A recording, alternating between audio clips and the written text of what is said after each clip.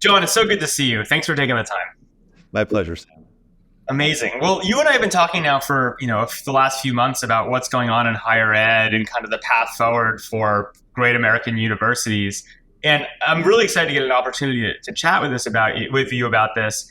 But I wanted to start up, and you have such an amazing framing that I think is so helpful, and I had never heard before about kind of what really is the history of American like high end higher ed, how we got here. So you mind kicking off by a little bit, kind of telling the story a little bit, because I think you have such a great take on this. Yeah, I'd love to. And I remember the first time you and I talked about that. But let me just first say something, Please. if you will allow me to say to your friends, just how much we watched your campaign for the Board of Overseers, and we've been at HXA Heterodox Academy, the organization I run.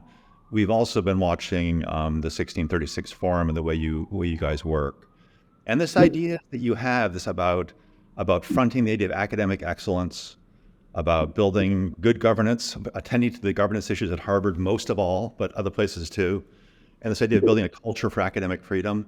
We really admire the way you're doing it. And I'll say one more thing, if you don't mind, about Please. you.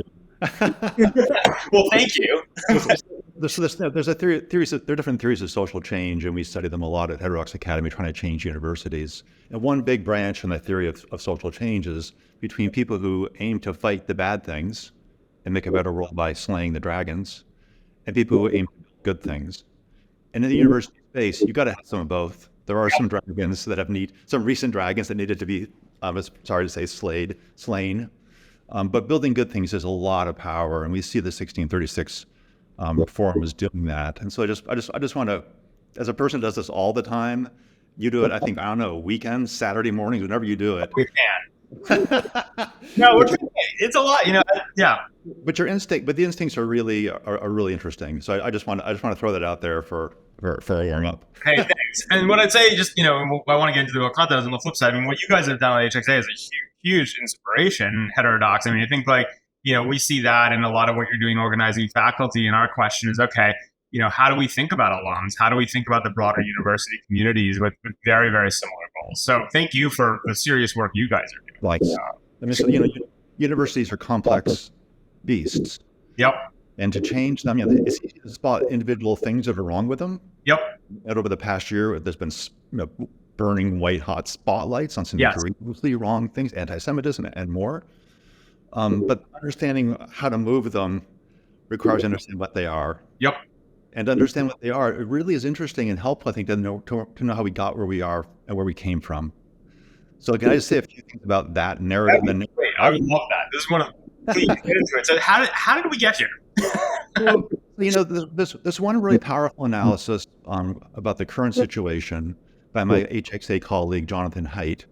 And his book, some of your listeners may know, behind me, The Calling of the American Mind. Yeah. HXA was kind of founded on those ideas. And John's idea is that American universities have had mission slippage, creep, or I think slippage is a better term, moving away from something like the pursuit of truth to the pursuit of something like social justice. Yeah.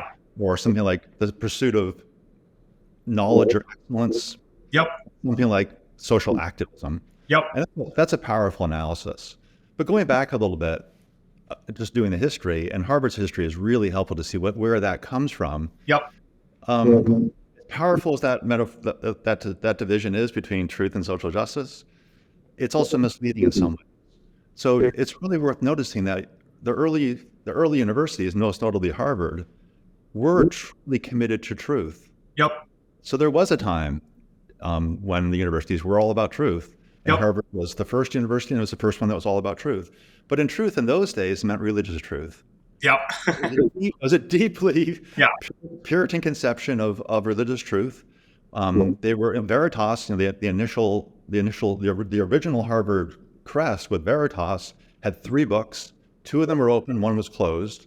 The word VERITAS referred to that closed book. 1 book is the New Testament, 1 book's the Hebrew Bible, the Old Testament, and the closed testament was VERITAS, which was the coming revelation. Huh. And the idea was that we'll have this 3rd book, the most important one, still closed to us, but as we pursue through our missionary puritanical efforts, that book will be open through efforts like Harvard will help us have that, be ready when that book opens and to know the truth. And so Harvard was really about truth in the original Veritas sense, but that was not about open inquiry or viewpoint diversity. That was just not on the table back then. Yep. Interesting and true that, and not much known anymore, but at Harvard, Hebrew was widely studied among the first students there, but they weren't studying Hebrew because they were super interested in the Abrahamic religions and becoming more like Jewish, right? Yeah. They were studying Hebrew like they studied Aramaic so they could learn about religious truth that's founded by Christ. Yep. So it's kind of an important point, but and there's also some really cool things about Harvard's history that I'll just briefly mention that are so familiar today. So, we have this thing going on over the past year. Everyone's watching presidents suddenly not making statements on public issues of the day. Yeah. And these controversies about public presidents making statements, interestingly, go back to the very first Harvard president. So Henry Dentster, Harvard's first president, actually was kicked out of Harvard for making a controversial statement. He made this statement on one of the hot button issues of the day. They called it paedo-baptism. Huh.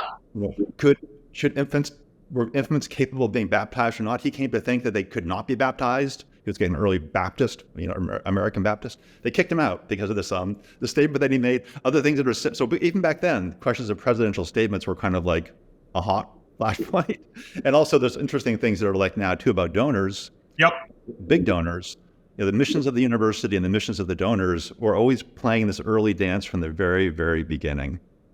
And some of you may know that at Harvard, a lot of the original donors were English who were primarily interested in proselytizing the Native Americans. Yep.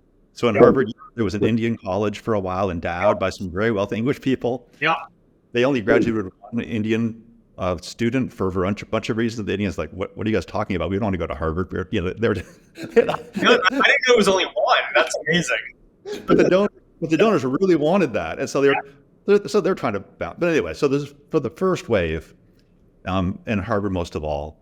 Yep. Truth. Veritas is about religious truth. Yep. And they had this, they took the idea of an English residential college, this thing in the woods to build a religious thing.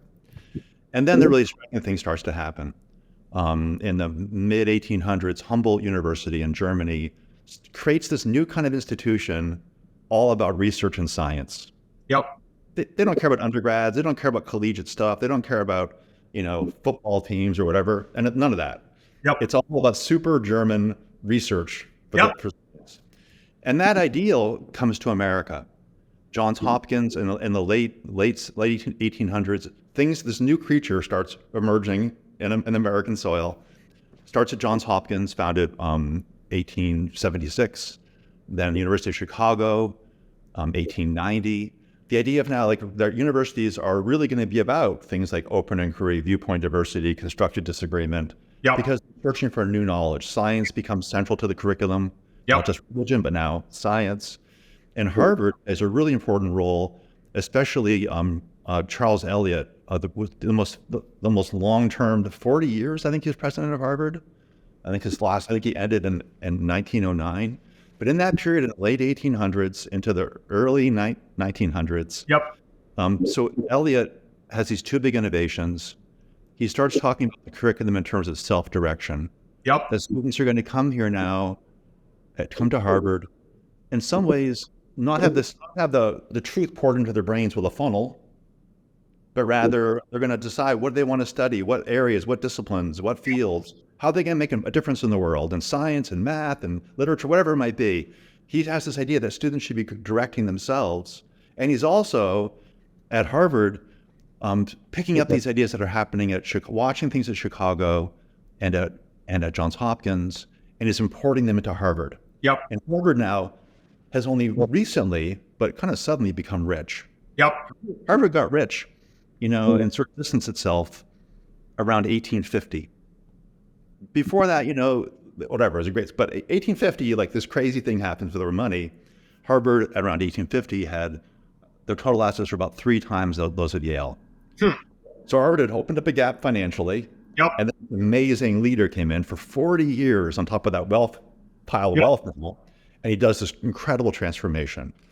And so what happens at Harvard, and it's a model for the rest of the American field, is that this new kind of creature, a new institutional creature, a wholly American, and it combines the English college, that communal living Yep. thing, with a Germanic research university. And it creates what a lot of us call the Great American University, Yep. which refers not just to Harvard, but Harvard is kind of an exemplar of it. And it's a place now where the search for truth is really what it's all about.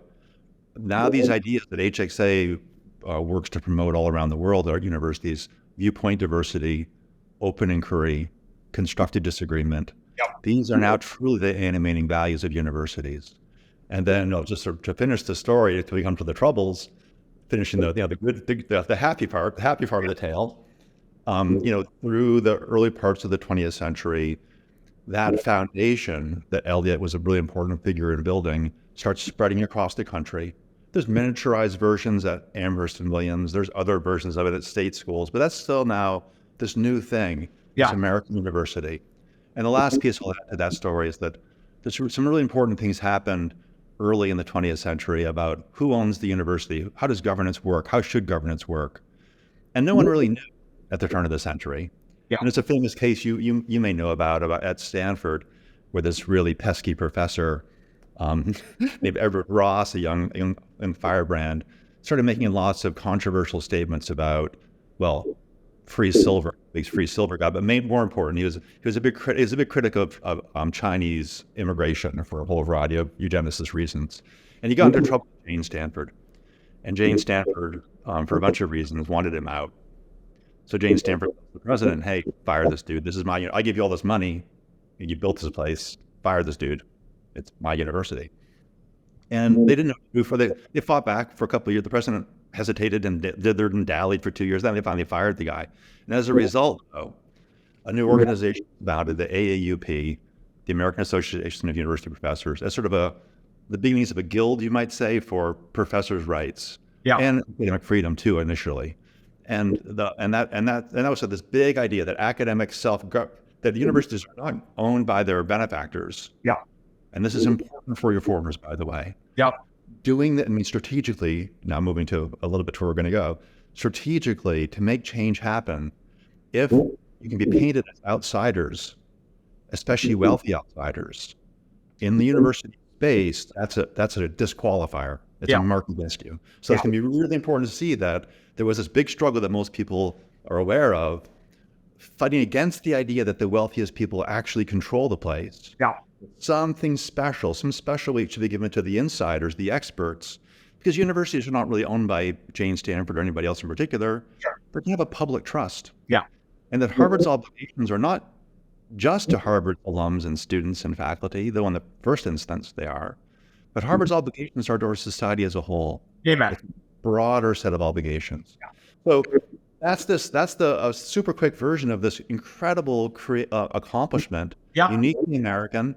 The greatest institutional invention in educational history happened in America, driven by Harvard. And it combines the English college with the Germanic Research University into this new thing. Should I talk about the troubles? Well, no, I'd start with this, which is like, I knew it was Stanford's fault. I started my career at Stanford, so I've got a soft spot, but I hear you. 15 miles from it, but I knew it was fault. I knew it was the fault of the junior college. But yeah, look, it's an incredible history, and it makes a ton of sense. And I think that question of, what is, let's get into the troubles part recently, but when you have a complicated organization, from my perspective, the most important thing to start with is like, what actually is the mission? Right? And how do you organize around the mission? Because if you can all agree, if the mission is clear or ironclad, then the debates around, well, how do you fulfill the mission can be rich. And I think I'd love to hear kind of your diagnosis of where we are today. But I think when I look at things and I look at Harvard, I think the biggest problem is losing sight of what that ultimate mission actually is. Which then allows, you can say, different stakeholders to spin in many different directions, right, in terms of where the university should be going. So, you're the real expert here. What is your kind of quick version of, with that glorious kind of rise, like where we are now today? So it goes back. I think John Haidt's analysis about truth versus social justice is pretty powerful today. But the way it happens, just again, briefly, but it's interesting. So you have this great thing, right? The great American university, drawing people from all around the world, powering these incredible results, building a generation of great leaders. The greatest generation came from these schools primarily. And, but then, it's America, and there's always, and it's a history, and the histories of America, American history with its history of, racism and different sexism, things, it's all now at play at universities. And, starting in the 70s in particular, universities start to thinking seriously about, well, how do we integrate? How do we become more inclusive? So here they are at the high point of their ideal of this great, amazing accomplishment, this truth-seeking university with open inquiry and viewpoint diversity celebrated. But now they're also wanting to integrate. And at first they started integrating along those, using their original ideas. So they started bringing people into like black students and women students who weren't allowed in these schools until fairly recently. By the way, it's worth noticing how recent some of this stuff is. Yeah. I mean, you probably don't know, but the last Ivy League school to start graduating women, it was Columbia, and it wasn't until, it was a Barnard, right? Yeah. Well, yeah, it's because of Barnard, but it wasn't until '87 that women can graduate started graduating from Columbia. And with on race is pretty remarkably similar too. Yeah. So universities started, like the rest of American society, trying to navigate racial difference and inclusion. And they began with their instincts firmly on their mission, truth seeking, let's educate people for excellence, blah, blah, blah. But then with other forces started coming involved then. This is 70s and the 80s. And increasingly, slowly, the mission started creeping away from a clear vision of academic excellence that should be inclusive to inclusion becoming a mission. Yeah. So inclusivity starts to eat up the excellence part. Yep. And more we find this thing just kind of growing and changing. John started HXA about 9 years ago now, sort of as this thing was starting to sort of blast and get really weird. And, we started, the idea that the university is searching for VERITAS and a sense of knowledge production got swallowed up by the university's all about inclusion and all the norms that go with it, and all the ideas of a coddling, if you want to call it that, of kind of bending rules to accommodate people and groups rather than really trying to drive for excellence. Rather than powering through to what we think we should be. And I think the 1636 Forum sees it similarly. We're not advocating, and it would be foolish to advocate a nostalgic version. Let's go back to where we were in 1950. Right. College campuses. It's unattractive, and it's also just it's strategically a disaster. Yeah. It can't be nostalgia. It's got to be talking about the forward vision, and the forward vision is on exactly what you said. It's all about mission. Yeah. It should be something like to restore the idea of academic excellence as the high point. Yes. Unapologetically. Yep. But insisting that inclusion be part of that. Well, and inclusion be in service of that, right? Which I think the way, it's not. I mean, to me, the question is the tail wagging the dog, and what is the dog, so to speak? And so, if the answer is it's VERITAS, again, as there's so many versions of, if you truly want the pinnacle of excellence, you have to look for talent literally everywhere, right? And you have to be willing to kind of go above and beyond to find that talent. But you have to remember that the purpose of doing that is not for the sake of diversity in and of itself. It's for the sake of diversity driving that excellence, right? And how diversity serves that excellence. That's right. And it's rare to find presidents who can express that well. They get up there and they start to say that, or maybe they say that behind closed doors. When they get out in public, they start on campus, they start really emphasizing just the inclusion part. Yeah. Just the social justice part. Can I ask you John, again, I'll be the guy who, again, because I'm an outsider, has nothing to lose and can state questions, and maybe you can kind of give me some rapid fire answers to some of the kind of things I've heard, right, from various people about these exact issues. So one thing I've heard and I've seen, and I'm curious what your take is because there's this real question of what is truth worth in different disciplines. So let me give you an example.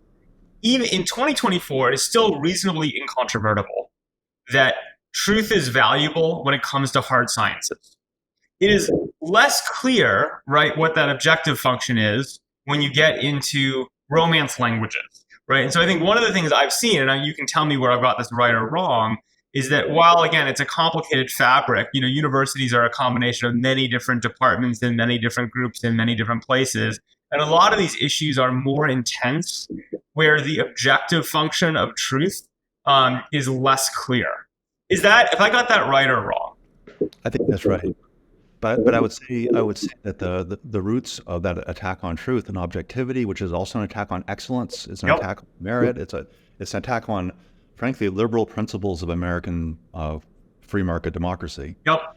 And the roots go to this idea that values and that all knowledge is perspectival. Yep. There's no place to see the world Yeah. except the individual eyes you're seeing them from. Right. So Right. this very localized epistemology they did. You can't know anything out there outside of ourselves. You just know what you, Sam, see because of who you are, how you grew up, the Right. family, your race, your gender, your religion. Yeah. Right? And when you start seeing, at least at high school levels, and I live right outside of San Francisco, people are making claims that math is racist, for instance. Yeah. You start worrying that some of the ideas that come from maybe some of these places where truth is legitimately less objective, right, into places where it clearly isn't, becomes an infection that spreads in very dangerous ways. And so at HXA, we spent a lot of time at MIT for a bunch of reasons. We have a big group at HX at MIT.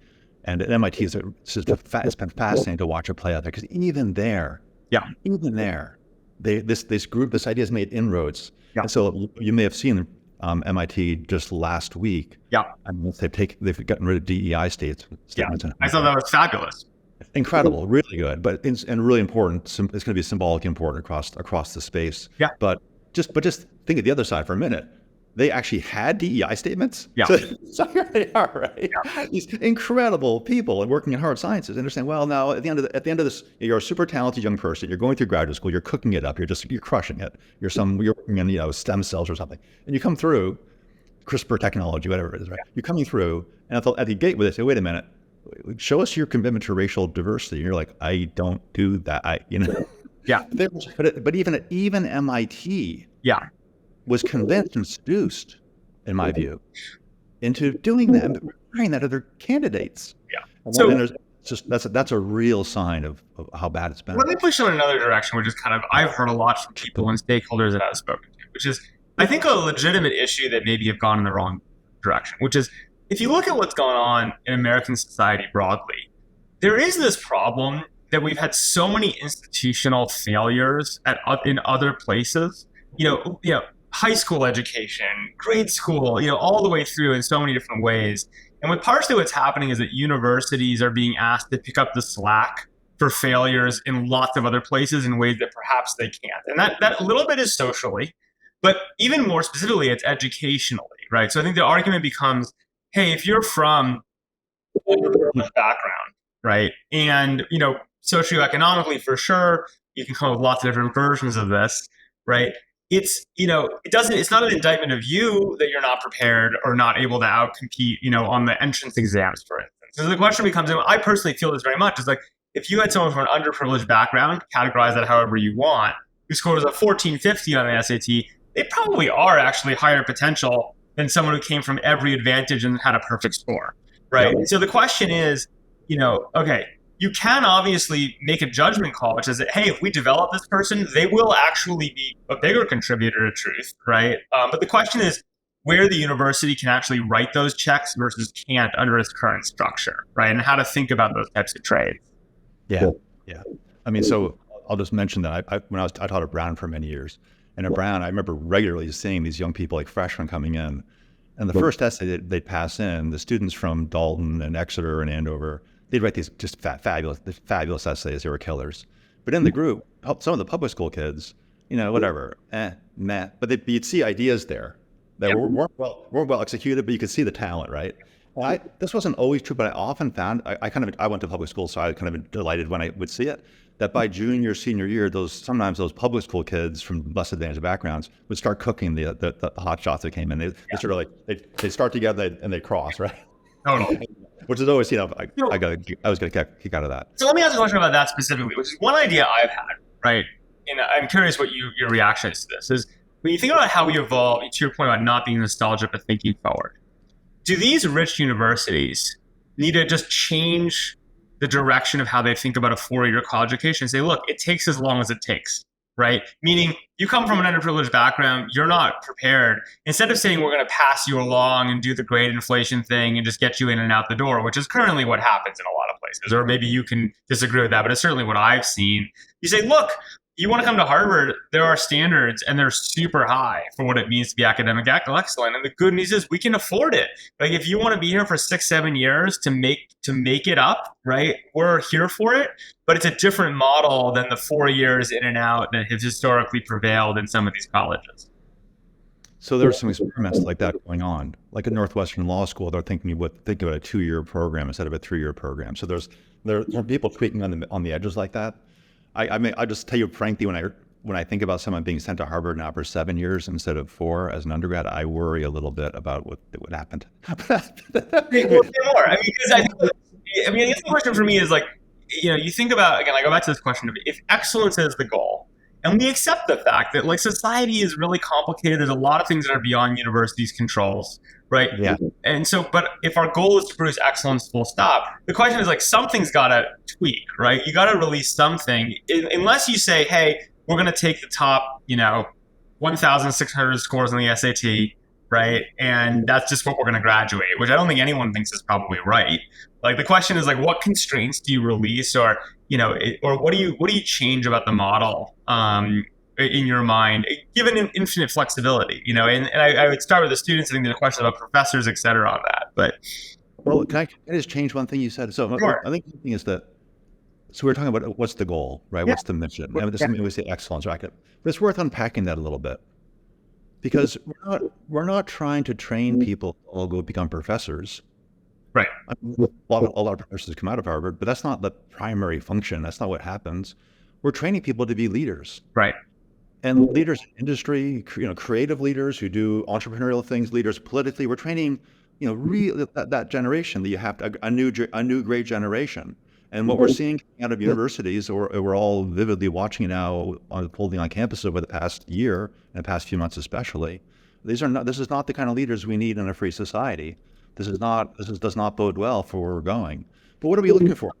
What are the traits that we should be examining and trying to encourage? Yeah. So we can use excellence as a shorthand, but I think the traits include things like making your case with evidence. Yep. The willingness to appeal to the best facts you can find. Sure, okay, facts are going to always be contested, fine. Here's the best evidence we have available to us now as human beings. Yep. In sociology and politics and in science. So making your case with evidence. Doing things like showing some intellectual humility. Yep. Rather than gearing up to get all angry at people and go fight a battle on the main green, which requires you don't think about it, you just keep all in line. Teaching people that, the great thinkers, I mean, some of my best friends at Harvard, some of the great professors at Harvard, they have an arrogance about what their views are. But when you start talking ideas with them, they want to learn. Yep. They put that down. And you want that in an industry and I think in government, we would do better to have leaders who were trained at Harvard and other places to want to learn. Yeah. Yeah. And so we sort of break down excellence into a set of traits that are important for learning and good functioning at a university, and that are also important for good functioning in our society. And you could do the reverse, right? Some groups are doing the reverse, saying, well, here are some bad performers with displaying some very negative attitudes and virtues, and we're going to be opposed to them. But I think trying to encourage those positive virtues, identifying them, encouraging them, and there's low-hanging fruit. And I mean, if you think about institutional reform, there's a bunch of low-hanging fruit that we can talk about if you like. But I think that's the important thing: the mission and cashing it out. Yep. Again, you can't be opposed to inclusion, because you don't want to go back to the night. It's not nostalgia. It's a forward-looking vision. Yep. To hold up as a rival against the current activist vision. Yeah. And the current activist vision has, it's not that attractive in a whole bunch of ways. Yeah. But there's no rival put up against it yet. Yeah. And that's what we're going to do. Fair enough. Let me ask you one question that I love the end of tactics, which is the other side of this. We talked about the students, is the professors, or let's go even broader than professors. We'll just talk about the instructors. And the thing I wanted to ask you specifically about on that line is one thing that's been very disturbing to me is hearing how at this point a lot of the TAs and people coming in for graduate programs at places like Harvard start out their literal self-description is not as academics, not as truth seekers, but as activist academics, right? That has become the coin of the realm, right? Yeah. And I'll tell you partially my diagnosis, but I'd love a more informed opinion. Part of my diagnosis is these are not good jobs, right? And so if you think about it, it's if you unwind 50 years, being a university professor at the top or being on that train on campus, if you were intellectual, it was a fabulous job, right? You had freedom, you had this great environment, you know, you were paid reasonably well, et cetera. And what's happened instead is the reality is the private sector has gotten so good at employing academic people in so many disciplines, right? Whether it's product managers, you know, doing interesting stuff, you know, people, researchers, et cetera, in all sorts of fields that, and the jobs in academia have actually not kept up in being attractive to the point that, you know, the TAs are way underpaid and it's a lot of work and it's really hard to find appointments that make sense. And so what's ended up happening is you've ended up screening people where actually, much like what's happened in education more broadly, the people who say, I want to show up and teach, in some ways have to come in with an activist agenda because otherwise it's not worth doing, right? And so they come in saying, well, the reason I'm doing this is not because it's a great job, it's because I believe in shaping a certain ideology for the future. How much is that? Is that right? And how much of that is that a real factor of what's going on right now? It is correct. And there's a couple of different things. One is that we do the HXA, we do national surveys of different populations on campus for different traits. Yeah. One of the things we find most consistently is that the population on university campuses, administrators, faculty, junior faculty, students, whatever, it's the graduate students who are the most likely to encourage shout downs of professors, even to encourage violence on their campuses. That's just a fact that's just really important. Because here's what you're saying. Some people think it shows where we're going in some terrible place because this is the next generation of professors.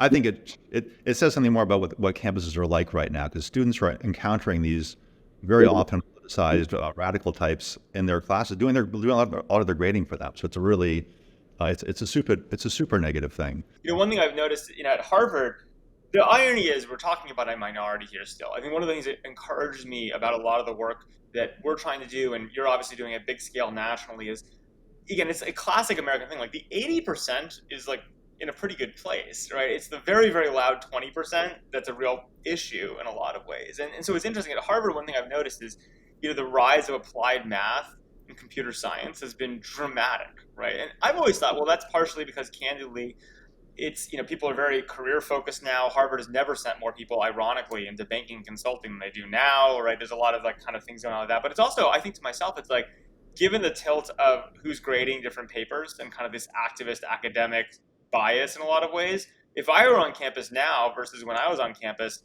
I would probably be doing those things too, because I'm not even sure, as someone who considers themselves like a liberal moderate, that in social studies, my papers would have been graded fairly. Good. So that's right. And so it's worth a little inside glimpse about what's been happening, especially over the last 5 years. It's been for a while, but in the last 5 years, this particular pattern has just accelerated. So traditionally, university professors get together every year and they have this big battle within their department, and they finally come out with a proposal, a list of areas they want to hire in for the next year. Yeah. Some people say that departments are like sharks in a bathtub, kind of pretty sharp teeth, but pretty zero sum, and they're all like chopping each other up and fighting. And that's true. But what comes out of these struggles in every department is a list of like 3 areas the 3 hires they want to make next year, 4 hires, 5 hires, whatever. And you know, I'll make a specific example. We had a professor here visiting at our research center in New York this last year, who's a professor at Penn. I won't say which department she's in. She went through the whole process for her department. They fought it out. They finally decided on the whatever 4 positions they wanted to hire for the next year, and political was in her area. And in the administration, they wrote back saying, sorry, none of those. Just turn them all down. After all that, just said no. Then the interesting part, they said, however, if you want to hire in race and ethnic studies, we've got 3 positions for you, brand new ones. Yep. So in other words, you can hire in one area. Now you can pick which of your subfields and disciplinary area you want, but it's got to be in a specialist who does whatever that is. Right. So this might be any time. This is happening across universities, and it just means that faculty self-governance has been usurped by these administrative roles on the hiring. So it's not just that universities are having declining ideological diversity, though they are, I mean, I don't, in 1966, in the 60s, the left-right valence of professors at university was about 2-to-1 left to right. By 1999, it was about 6-to-1.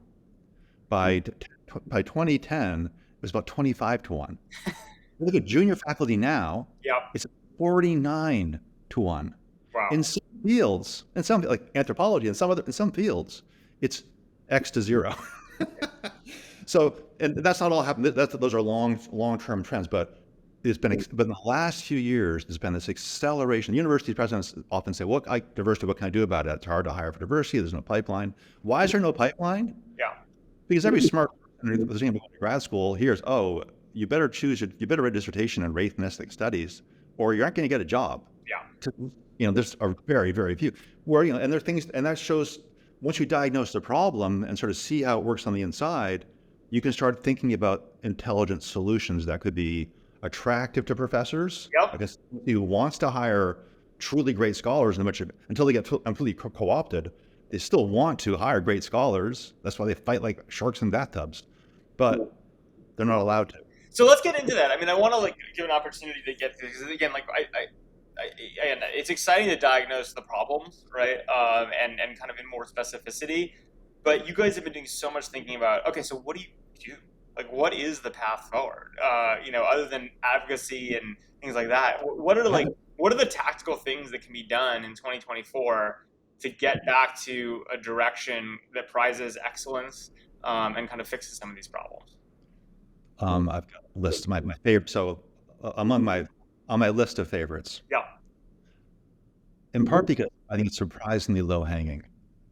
College admissions. Yep. So, again, you have to start with information, and it's not hard to get, but it's really, if you had some information on what are the structures of college admissions, what are their biases, what's the implicit bias in college admissions as it's developed through time? Yep. You could do it in simple ways, but imagine you focus on a place like Harvard. Yep. So who's admitted and why? What are the questions that are being asked?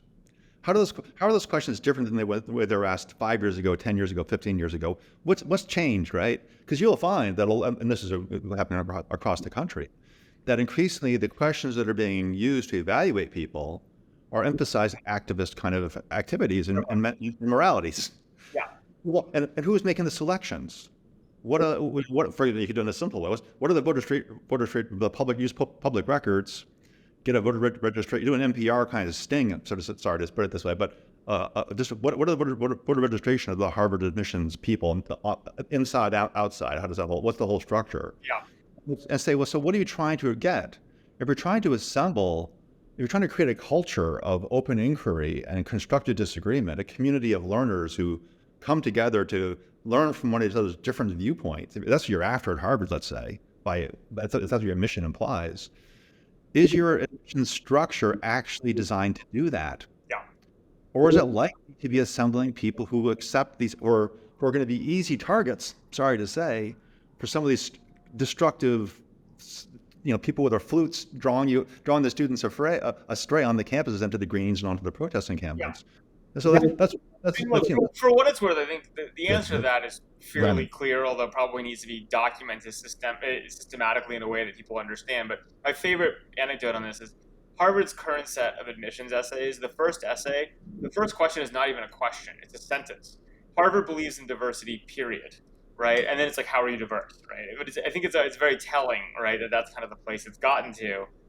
There's not questions about intellectual plasticity. Or it's really not even. It's really about kind of prioritizing those types of things, for sure. That's a great. And I didn't know that about the first question. But the first question is not even a question. It has a period in it. And imagine you're some super smart 16-year-old, 17-year-old kid, and you're coming to the door. You're knocking at the door, right? And they give you that question to go work on at home. Like, what do you?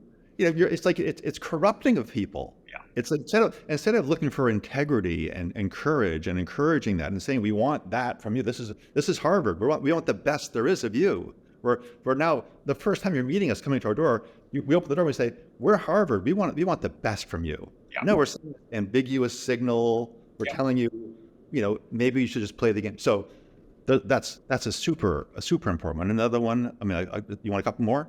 Yeah, and yeah, give me a couple more. You got it. Like, go for it. This is the I moment. mean, so one big one that I've talked about with you and with Allison too, is that I think there's something about campus culture.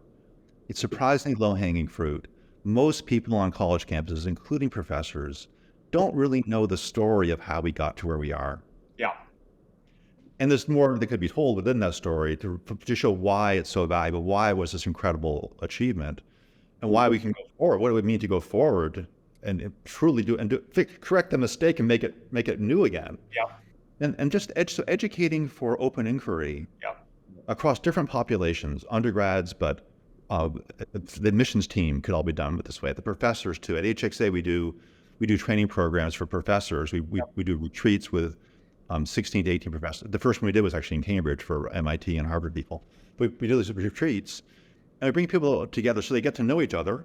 These high-powered professors who are off doing their own different things. They often don't. It's kind of surprising to people on the outside how little professors on the campus know each other. Yeah. It's kind of weird. It's a problem for organizations, but it's also kind of interesting when you realize that gap. They kind of like it. They get to know each other. But we do retreats for college professors to teach them about some of the principles in a more detailed way, some of the norms and values and stuff they're facing, how they can make a difference. So there's that changing campus culture through something like trainings is how we call them. Fair enough. Presidential search, having information in a database about administrators, because they do matter. Yeah.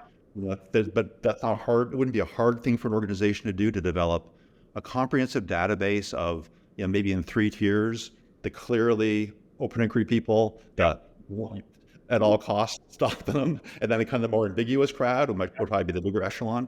But something like that, so that people watching from the outside could have a reliable guide, not biased ideologically, but genuinely committed to this idea of excellence with all the values that go into that. Who are the people likely to lead you there? What about just, I mean, I guess the question I have is, again, there's obviously this tension, especially among alums. What impact can alums really have, and where is their effort and voice best put, right? Given especially these dynamics of, in some cases, there's no question that universities have a knee-jerk reaction to reject advice, right, or input from alums for some reasons that are quite good and some reasons that might not be so good. So I guess the question I have for you, and this obviously matters a lot to the 1636 forum community, is ideas on specific points of leverage, especially short-term leverage, right, that you think alums can really have. So the question is, part of the problem is to think, well, what's the state of play around a given university? Yeah.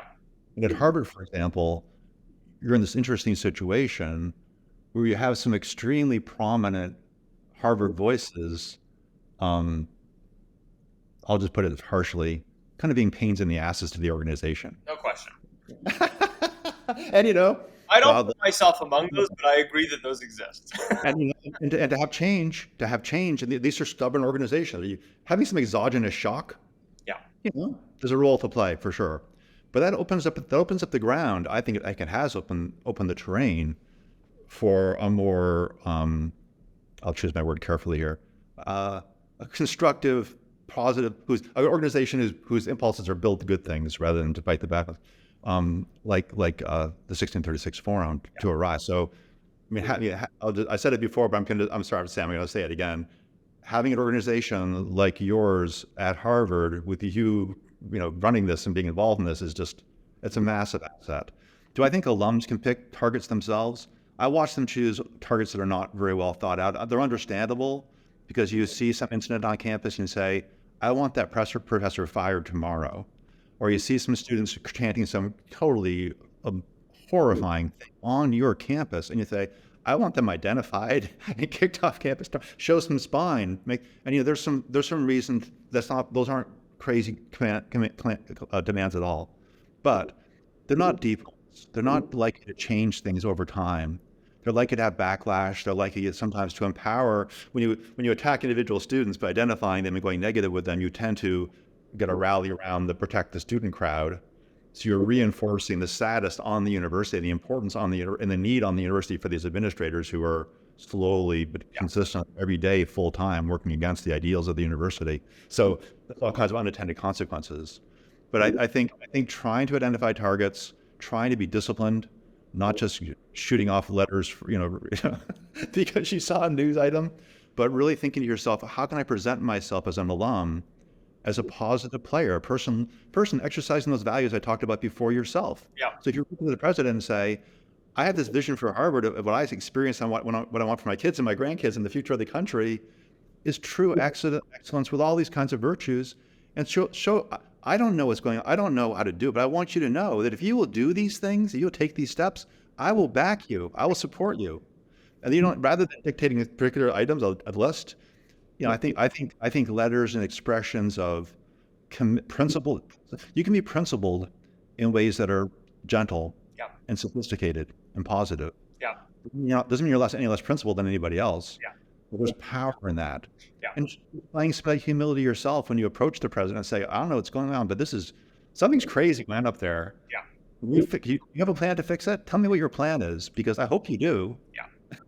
Yeah, I think this is the interesting challenge, right? Is I think, look, on a 50-year time horizon, it's, in my mind, fairly clear what happens to these universities if they don't fix this and move back towards excellence, which is that there will be steep structural changes that will end them as important. They're not going to go away, but they'll just not be important, right, anymore. And I think one example is, people talk a lot about the tax status of universities. That's not changing tomorrow.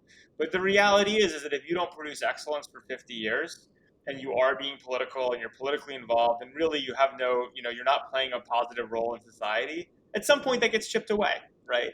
At some point, donors say, there's a lot of things to do with money that are really highly valuable and important. And yes, you have an endowment and you'll keep going for a while, but you're not going to get more. And that's going to eventually kind of slow you down.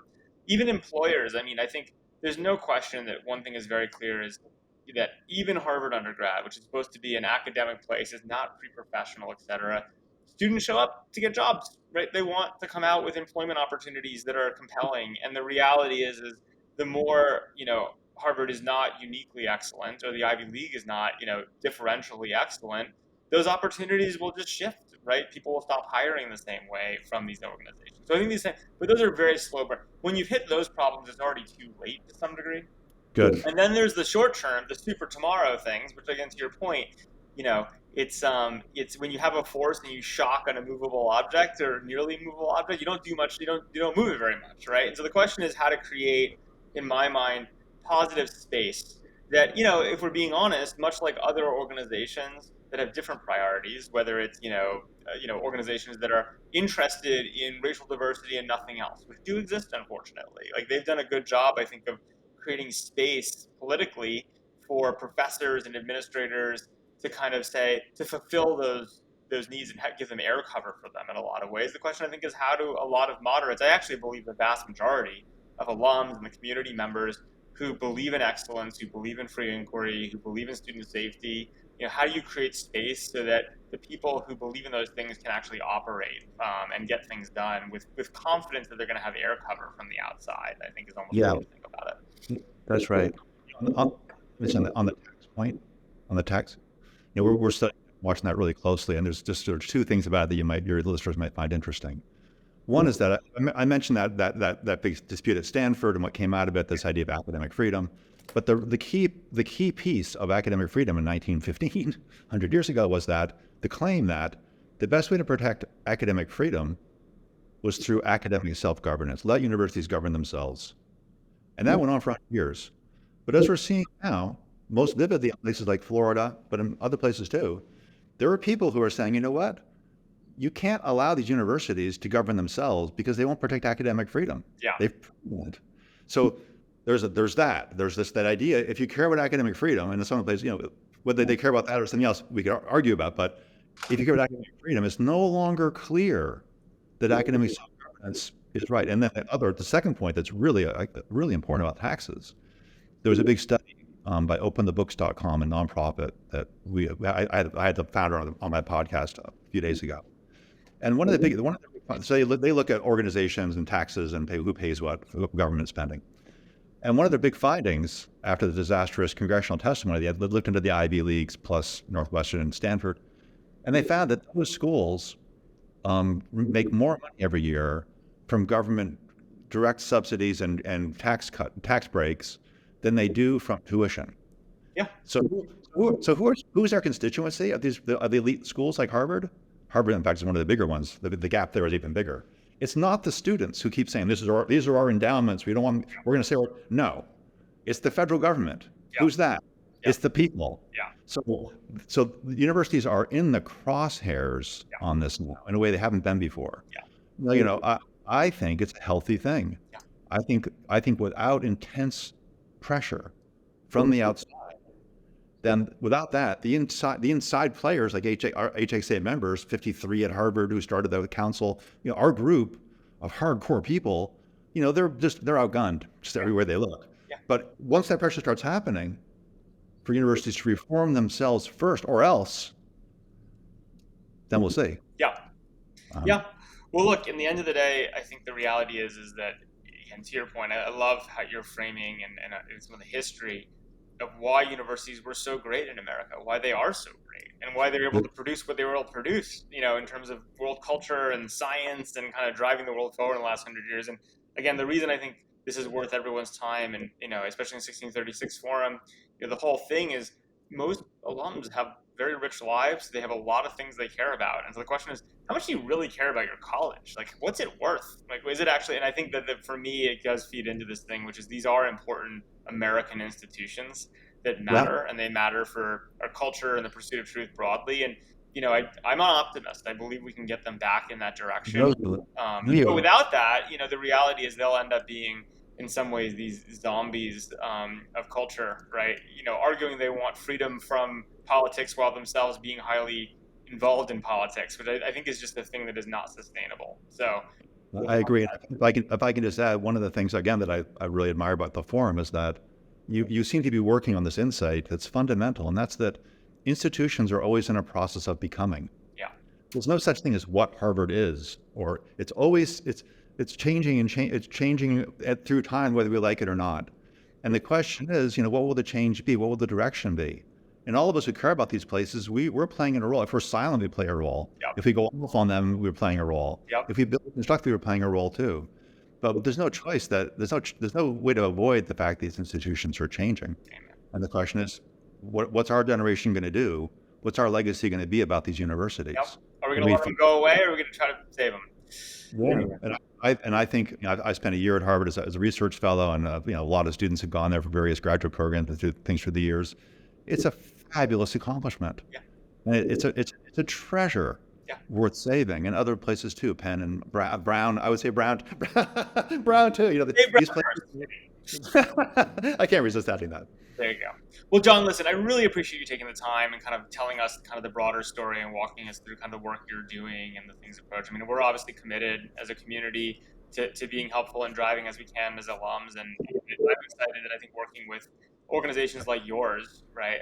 That it's not just let's save Harvard for the sake of saving Harvard. It's let's actually work on Harvard because Harvard has historically been a beacon and set a tone, which has driven a lot of American higher ed. And so it becomes a tip of the spear, but you need the rest of the spear to kind of work along with it.